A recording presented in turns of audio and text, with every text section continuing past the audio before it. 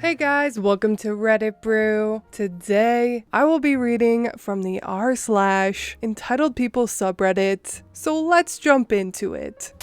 Entitled Mother says my career isn't as important as finding a husband. I, 22-year-old female, recently got accepted to my top graduate program choice. I was extremely excited to receive this acceptance and shared the news with my mom. Well, that was a mistake. My mother is all about prestige. I got accepted into a phenomenal school, but it is a public university, which apparently is not elite enough for my mother.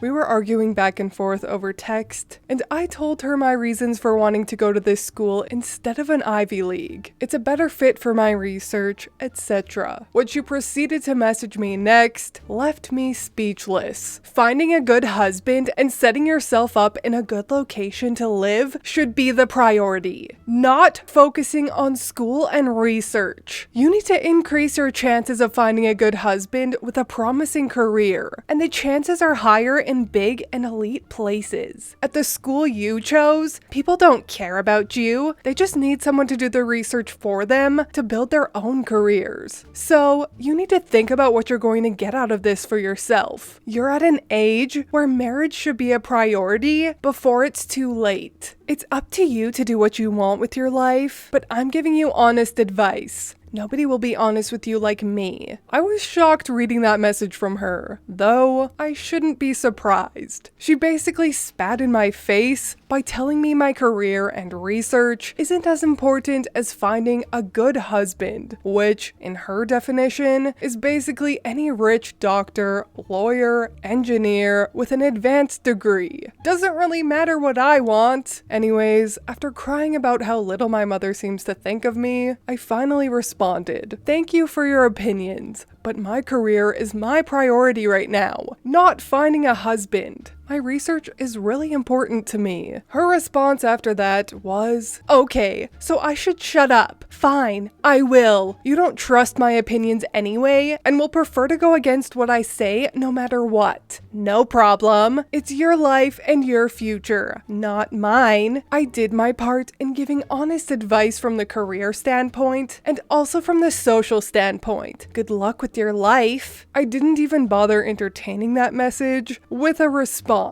Good luck with your life? You're mad that I got accepted into my dream program and want to focus on my career? Every time I think there is hope for our relationship, she keeps letting me down and showing me that I can't trust her. It seems to me that she doesn't have my best interest in mind, just hers. Update. I thought that was the end of it, but it indeed was not. Quite literally, a day after exchanging those messages with my mother, she gets my little sister, 18, involved. I was not present, but this is how it all unfolded according to my sister. Tell your stupid sister, she is referring to me here, to take the Ivy League course. I don't think that's what she wants though. She really wants to go to this school, and it's a good school. No, she is going to move to that boring state with all the poor people instead of the elite. There is nothing in that state. It is the land of the poor. She will lose all of her connections here, and she will not find a good job. Your sister has no standards. Is she still seeing that guy? I don't know. Ugh, that's just another thing. She is going to settle for somebody in sales. There is no prestige or class there. Well, what about someone that makes you happy? Isn't that important? No, prestige is number one. So basically, not only does my mom not care about my career, but I guess my happiness doesn't matter either. You would think a mother would only wish the best for her child. I haven't spoken to her since, which resulted in her asking my sister if she told me what she said. My sister said no. That makes me think that my mom knows something is up then, but why isn't she saying anything to me about it? I'm just really confused. Have been trying to process all of this, and right now I'm just angry. I can't believe she thinks the way that she does. I just wish she could see the damage she's causing. Surely it isn't a normal reaction a parent would have. I'm unsure why she is so upset over something that is supposed to be celebrated.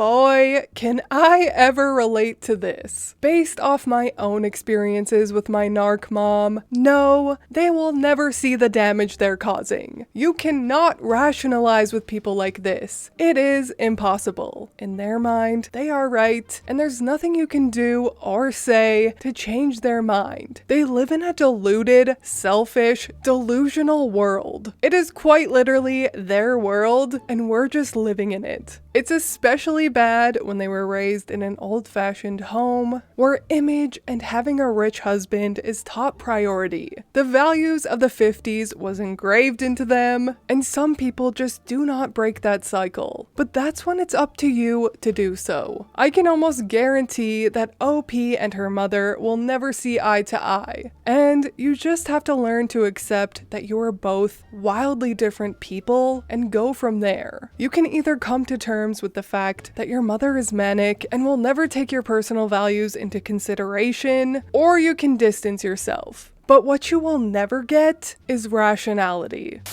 A nurse calls me a slow learner after a cancer-related surgery. Let me preface this by saying this happened about 7 years ago when I was 19, being diagnosed with Hodgkin's lymphoma. I am perfectly fine now, and I really don't want pity points. My cancer has been long gone since put into remission, and I have enjoyed many years of good health. It's unlikely to come back ever, or at least anytime soon. I am only talking about this to give some added context. So, when I mention how I was feeling at the time, know that I have long since been very healthy and actually had it pretty easy when it comes to cancer. So, like I said, I was 19 and had something very wrong with the side of my neck. My lymph nodes on the right side had been severely inflamed for months, and after an ultrasound, we pretty much knew it was definitely some type of cancer. I go in for a procedure called an incisional biopsy, which is exactly what it sounds like.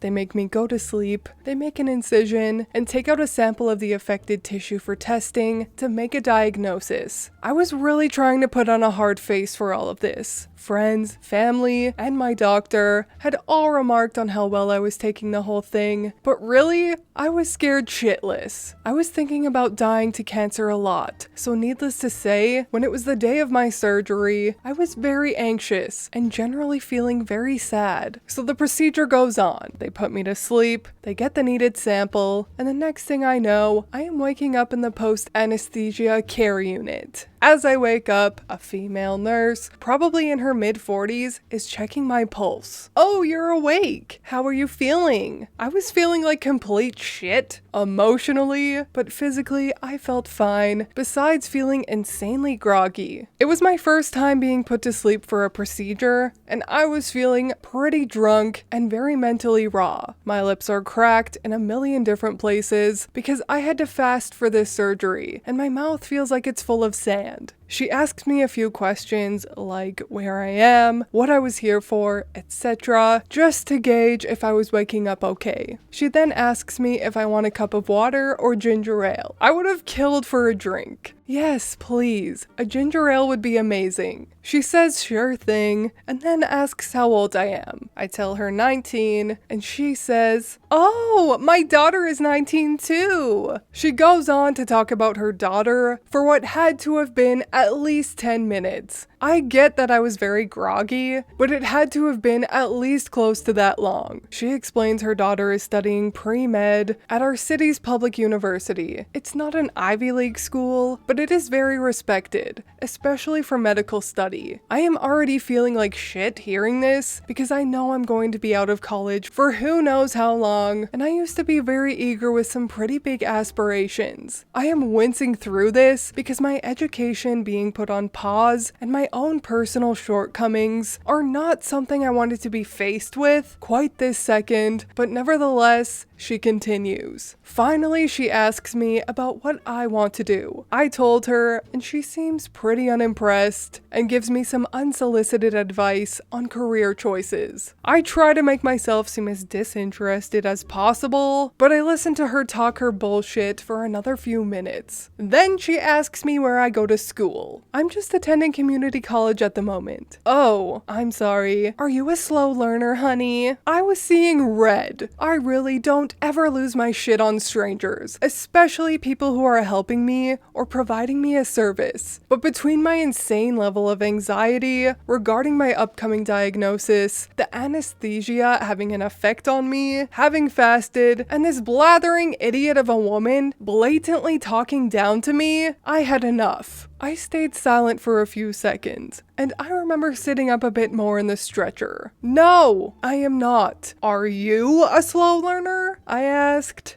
She looked a bit taken back for a second and said, no? Then why the fuck haven't you gotten me my ginger ale yet? She just hung her mouth open so wide and walked away. Needless to say, after I got my ginger ale, a little too much ice, but I let it slide, I didn't hear a fucking word from her again. Even when medical transport came to get me, she didn't say goodbye. I was honestly very surprised at myself and a bit ashamed for a while at what I had said. But I had so many other things on my mind, I never really thought much about it until I was healthy again. Did I ever finish college? No. But it was never because I was a slow learner. I did make it to a very respected university myself, but I didn't finish. I have had years to think back on this very hard time in my life and the many mistakes I made preceding it. Life threw me even more curveballs after I was better, and it is only now, at nearly 27 years old, that I feel like I'm in a good place mentally again. Whenever I think on this sort of thing, I am reminded of how out of touch this woman was with the world when she likely has to deal with life or death every day. I actually was working as a patient tech in the same hospital I had this surgery done up until a few months ago. And I am ashamed to say that while there is a lot of great nurses out there, there is just as many ignorant and spiteful ones who are clearly there just for a check. That being said, I hope I never get to a point in my life where I am so apathetic and oblivious